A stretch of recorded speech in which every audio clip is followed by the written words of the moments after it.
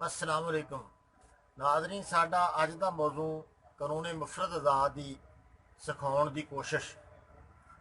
ये साडा अज का कि मुख्तलिफ तरीके देखो, मुख्तलिफ तरीके तिब्बी तरीके, मुख्तलिफ एलोपैथी आ, एरोवैदिक आ और अपना होम्योपैथी आ। साडा कानून मुफरत आज़ाद आ। मजीद मुख्तलिफ तरीके दुनिया के बहुत सारे तरीके जोड़े आ वो चल रहे आ इलाज के। उन्होंने एक दावा आया कि साढ़ा तरीका ठीक आ, लेकिन साडा भी दावा है कि तरीका सब तो ज़्यादा वो कामयाब आ जो फितरत के करीब आ। तो उत्ते देखो वही तरीका कामयाब हम मनांगे जरा करीब करीब फितरत दे है।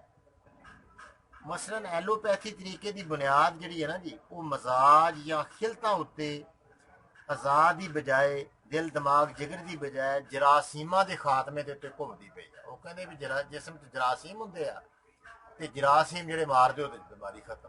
और कामयाबी ज़ाहरी तौर पर नज़र आ रहा है कि कामयाब है तरीका उन्होंने कि कोई भी जरासीम मार दो जिसम के चंगे माड़े सारे जरासीम मार दो, जिसम फिर दोबारा जो असल जरासीम दोबारा पैदा कर लेगा तो जो जरासीम खराब है मार ही दिते तुम, बीमारी जी वो ठीक हो जाएगी। लेकिन ये गैर फितरी तरीका है कि जो असी कहने कि माहौल तब्दील करो। मसलन तुम नहर के मारने जरासीम, मच्छी मारनी आ, मेंढक मारना, डिडू मारना, वो तुम पानी बंद कर दो, पिछों पानी बंद कर दो, नहर च रेत उड़ा दो तो खुद ब खुद ही वो मर जाएंगे जरासीम। उन्होंने बंदूका लैके मारन की कोई जरूरत नहीं, ना ही पोल्ट्री सी सिटन की जरूरत है, स्प्रे करने की भी कोई लोड़ नहीं, जहर पाने की। तुम माहौल तब्दील करो, माहौल की तब्दीली असल आ, वो फितरत आ। कि दूसरा देखो एलोपैथी जी आ, एलोपैथ अपनी जी होम्योपैथी आ, होम्योपैथी का तरीका यह आ कि वो फितरी अमाल तो नहीं रखी गई, बल्कि वो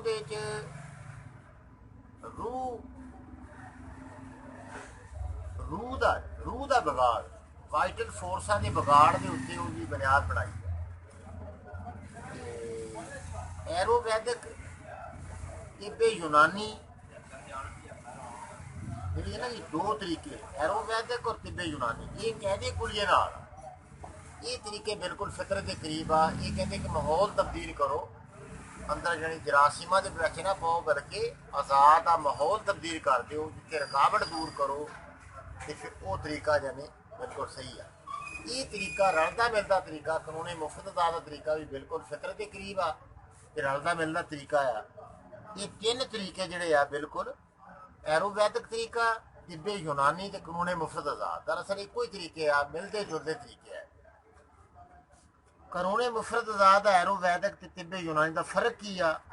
कानून मुफरत आज़ाद एरोवैदिक ते तिब्बे यूनानी ना बुनियादी अमूर ते इख्तलाफ आ, खास कर तशखीस और तजवीज़ के इख्तलाफ है।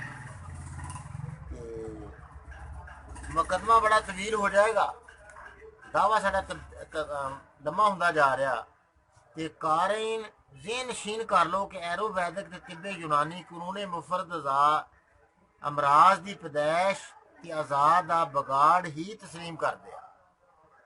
लेकिन एरोवैदिक ते तिब्बे यूनानी मुफरत आज़ाद की बजाय मुरक्कब आज़ाद नूं बीमार तस्लीम कर दिया।